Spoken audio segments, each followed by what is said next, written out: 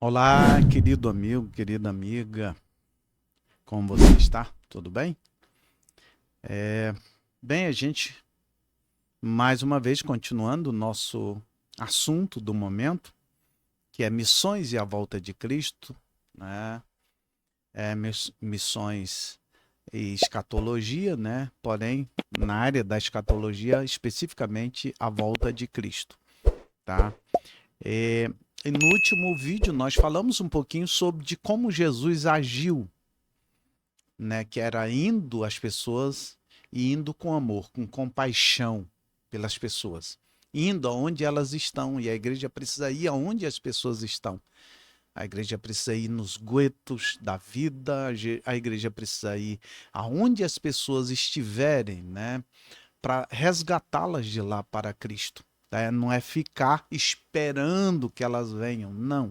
É ir aonde elas estiverem. No próprio seio da família, que nós temos pessoas da nossa família que ainda não servem a Cristo, também, entendeu? No nosso trabalho, colégio, faculdade e outras áreas, digamos assim, em outros locais. Então, onde as pessoas estiverem, a igreja precisa ir. A igreja precisa sair de dentro do seu templo, do seu comodismo, né? Boa parte da igreja está dos templos apenas, né? Reunindo aos domingos. A igreja, para muitos, virou, na realidade, um momento de prazer, de encontro, quase que um momento de lazer. Parece que os nossos templos, para muita gente, viraram, né? Entendeu? Um momento de shows, tem muitos shows hoje, né? E aí eu não vou entrar nessa questão, né? Virou um momento parece que virou um clube social, um momento de encontro apenas e tal. Mas lembre-se, a igreja ela é uma comunidade de adoradores, como já falamos em vídeo passado, tá?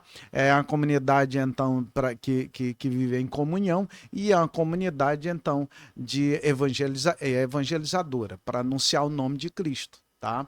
Então, mas parece que grande parte da igreja esqueceu disso, está, digamos assim, virou, entendeu? Um momento de encontro apenas. E é muito bom o encontro, gente. Eu não estou aqui contra o encontro, ao contrário, é muito bom e a gente se encontra para parte da comunhão, que é esse estar junto, conversar, dialogar, entendeu?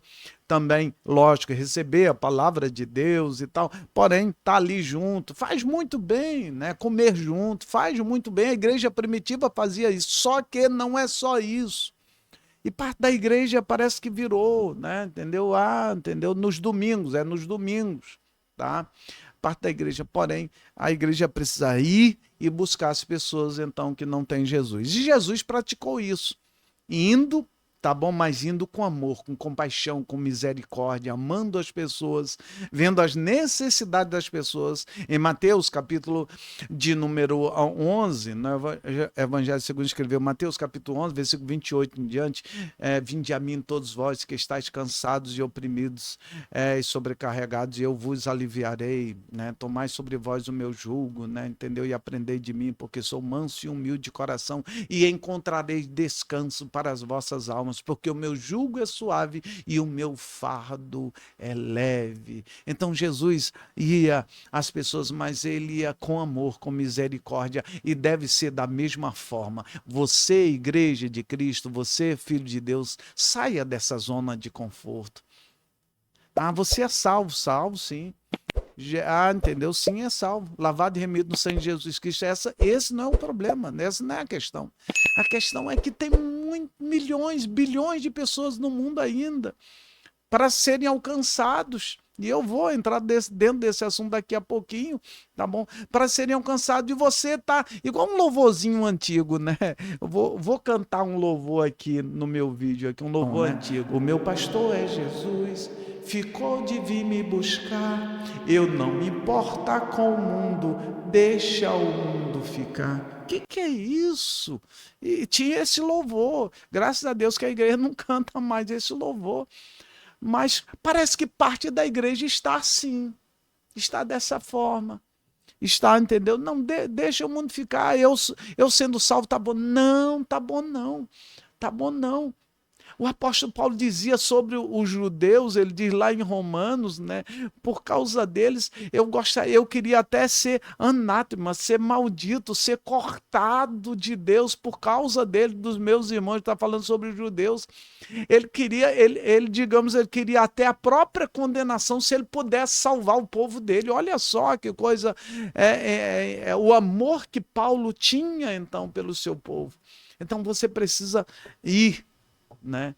E ir com amor, com misericórdia às pessoas, buscando as pessoas nos campos, nos valados. E aí, queridos, não julgue as pessoas, não faça acepção de pessoas, não discrimine as pessoas. Quem é que você vai buscar? Não, você não vai discriminar, entendeu? Não vai discriminar por orientação disso, daquilo outro e tal, entendeu? Por cor, por questão de cultura, por questão, então, digamos assim, se é pobre, se é rico, se é, entendeu? Se é branco, se é negro. Não, você não vai discriminar. São todos. Vinde a mim, todos vós. Todos vós. E aí a gente busca as pessoas da maneira que elas estão e elas vão chegar e Jesus vai transformar. Essa parte aí de buscar é sua. É sua. Ah, o Espírito Santo é quem convence. Sim, mas a parte de pregar o evangelho é sua, é minha, é nossa. Como é que o Espírito Santo vai... como, entendeu? Ouvirão se não há quem pregue? Como crerão daquele de quem nada ouviram? Como ouvirão se não há quem pregue? Então a parte de pregar é nossa. Não é nenhum anjo, não é o Espírito Santo que vai aparecer para as pessoas e vai pregar para elas, não. Não é Jesus que vai descer e pregar, não. É nós, somos nós. A igreja, eu e você, somos nós quem temos que pregar. Essa é a sua parte. Então, a gente vai continuar nesse assunto, tá? Mas para isso quero primeiro te lembrar, então, que você curta, né? O nosso vídeo, né?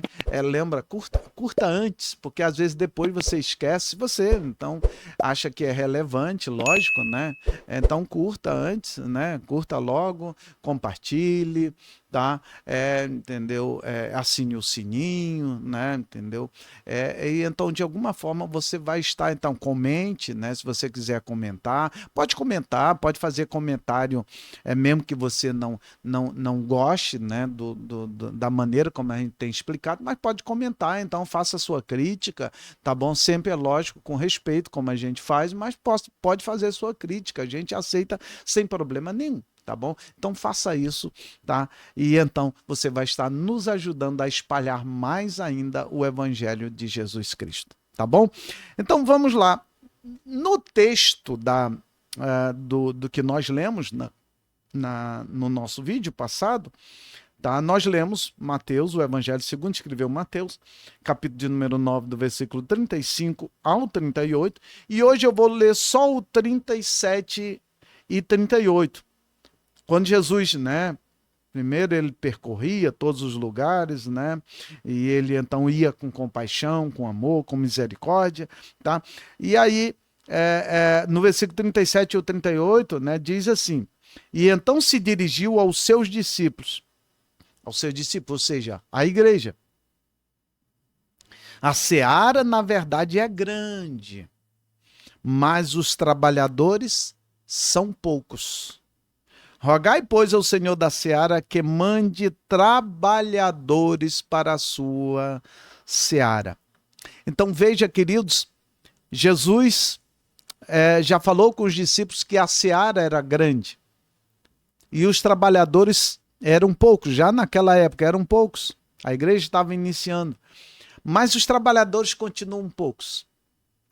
Então, a partir desse vídeo, né, eu quero ver se a gente encerra esse assunto em mais 2 vídeos, esse e mais outro somente, né?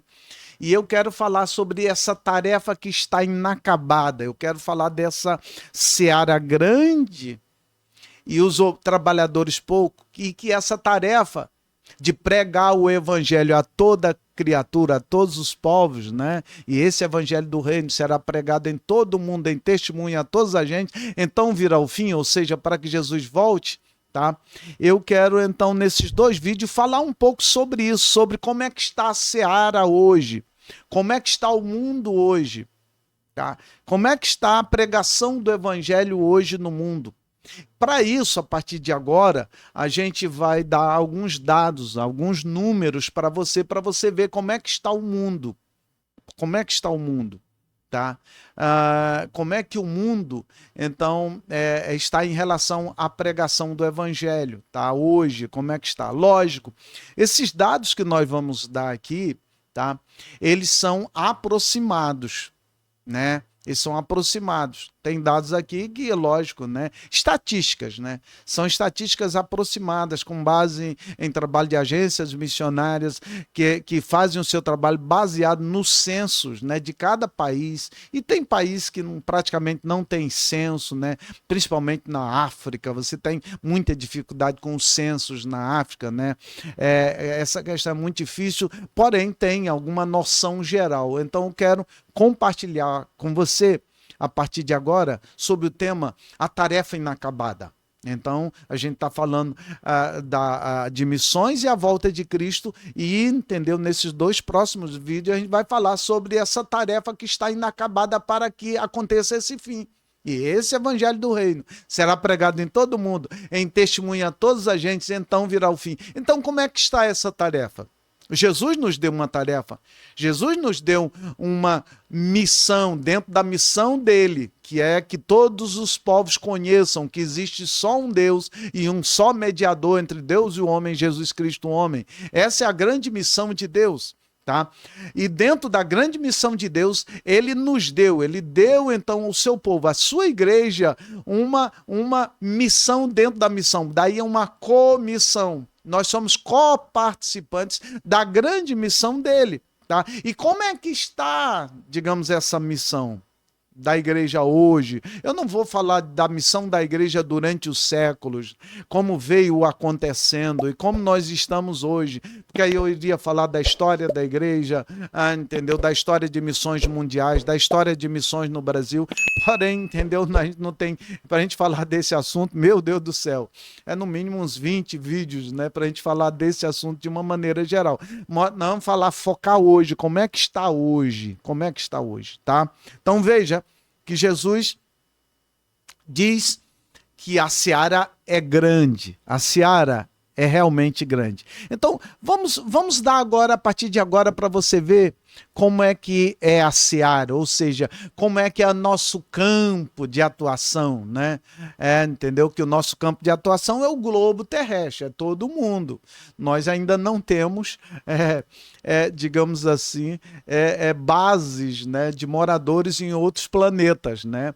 Mas se um dia a humanidade, se Jesus não voltar antes, e a humanidade conseguir implantar uma base na Lua, lá também vai ser o nosso campo de atuação. Quantos moradores na base lunar? 1.000 moradores também vai ser nosso campo. O Elon Musk, né, diz que vai para Marte. Né? A gente não sabe se ele vai conseguir isso, né? Mas diz que vai para Marte, vai estabelecer uma base lá em Marte, né? E levar, entendeu? Terráqueos, vamos nos chamar assim, para Marte, para morar em Marte, né? Não sei por quê, porque é difícil, a vida lá, entendeu? A atmosfera é muito fina, né? E você vê muito vídeo sobre esse assunto, tá? Principalmente lá com o Sacani, né? Entendeu? Você vê muito vídeo sobre esse assunto, tá? Porém, entendeu? Se Elon Musk conseguir, outros conseguirem, tá? Levar, sei lá, quantas mil pessoas para lá também vai ser nosso campo de atuação. É onde tiver um ser humano. Aí nós temos que estar. Então, mas hoje é o nosso globo terrestre, né? Vamos ficar aqui na Terra, né? Que é onde nós estamos, né? Onde nós estamos. Tem gente lá na estação espacial lá, mas poucos moradores, 5, 6 moradores, 4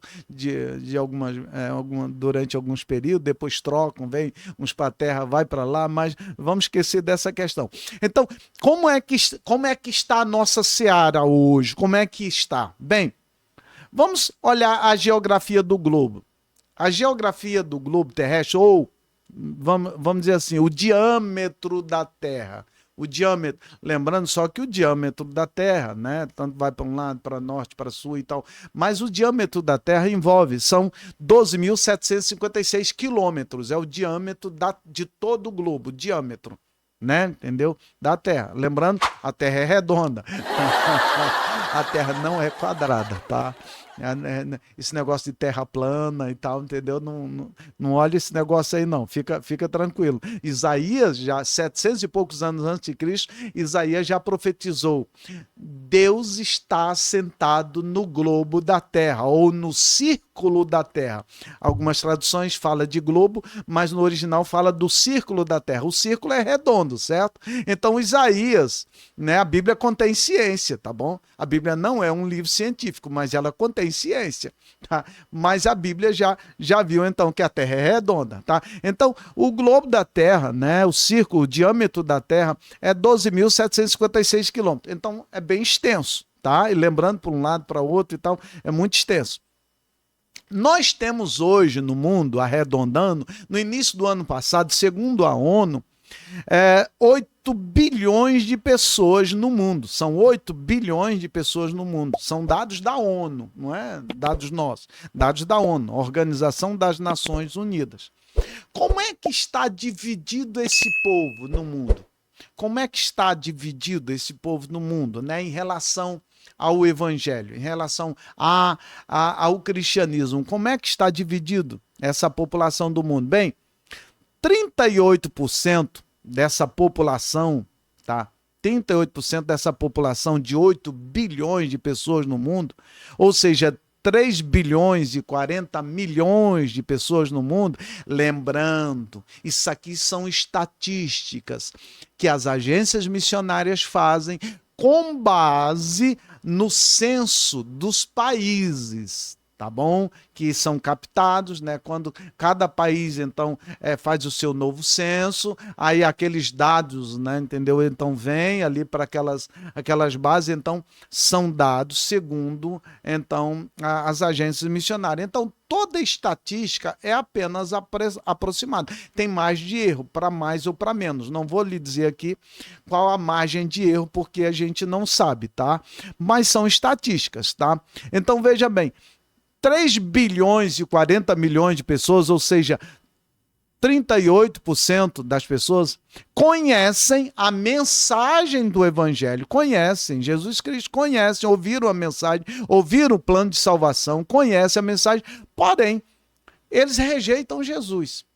Ou seja, são pessoas alcançadas, evangelizadas, né?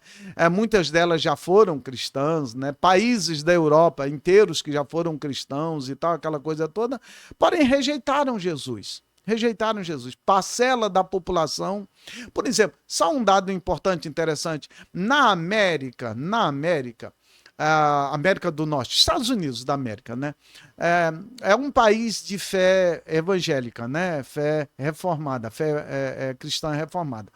Diz-se que 2/3 da América, nas pesquisas, 2/3 da América dizem que são cristãos reformados. Porém, quando você vai para os dados das igrejas, apenas 1/3 realmente é praticante, 1/3 são membros das igrejas locais. Então, 1/3 só diz que é. Como é o catolicismo do Brasil? O catolicismo do Brasil é assim, né? Entendeu? Quase 2/3 diz que é católico, né? Não chega a 2/3 hoje, não, 60%, mais ou menos 61%, 62%. Porém, entendeu? Dizem que são católicos, mas é só pro forma, digamos assim, só para dizer que tem uma religião, né? Porém, não são. Então, 38% são os povos que dizem, né, que, entendeu? 3 bilhões e 40 milhões que pertencem a Jesus, porém, são já evangelizados, aliás, que não dizem que pertencem a Jesus. São pessoas que conhecem a mensagem do evangelho, porém, rejeitaram Jesus, né? 38% também da população mundial é o mundo chamado mundo cristão. Mundo cristão. Isso dá também 3 bilhões, né, e 40 milhões de pessoas do mundo, né? 3 bilhões e 40 milhões de pessoas do mundo. É um mundo cristão. Porém, o mundo cristão está assim dividido. Olha só, o mundo chamado cristão está assim dividido. 18,5% mais ou menos 1 bilhão e 480 milhões de pessoas, são chamados cristãos católicos no mundo. Lembrando, os cristãos católicos não têm Jesus Cristo apenas como Senhor e Salvador. Essa é a diferença entre o cristianismo católico e o cristianismo reformado.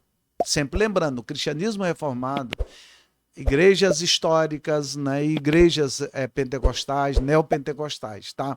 Então essa é a diferença. O cristianismo católico tem outros que levam o homem a Deus. No cristianismo reformado, apenas Jesus Cristo é o mediador entre Deus e o homem, como está a Bíblia, está na Bíblia. Essa é a principal diferença. Tem outras diferenças, mas essa é a principal diferença, porém também está dentro do grupo chamado mundo cristão. Tá bom? Que é o mundo católico, 18,5%.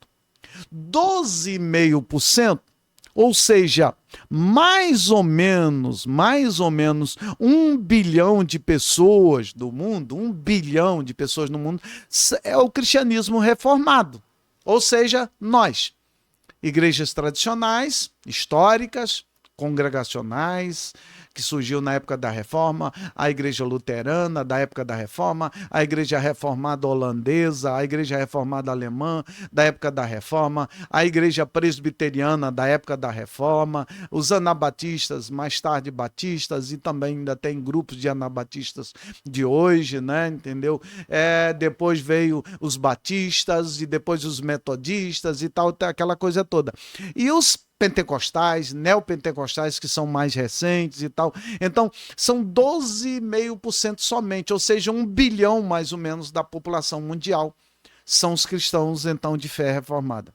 E 7%, mais ou menos 560 milhões de pessoas, são outros grupos, como ortodoxos gregos, ortodoxos russos, agora tem os ortodoxos ucranianos que se separaram dos ortodoxos russos, anglicanos, que é a igreja inglesa, oficial inglesa, Testemunha de Jeová, mormons, todos os grupos que de alguma maneira usam o nome de Jesus Cristo. Porém, alguns desses grupos também, como os ortodoxos, né, e os anglicanos, são ligados à Igreja Católica. Outros grupos, Testemunho de Jeová, mormons e outros, não têm a Jesus Cristo como único Senhor e Salvador. Essa é a base do cristianismo, a base da nossa fé. É ter apenas a Jesus Cristo como único Senhor e Salvador. E aí, mais ou menos 24%, de 24% a 25% da população mundial são os povos não alcançados.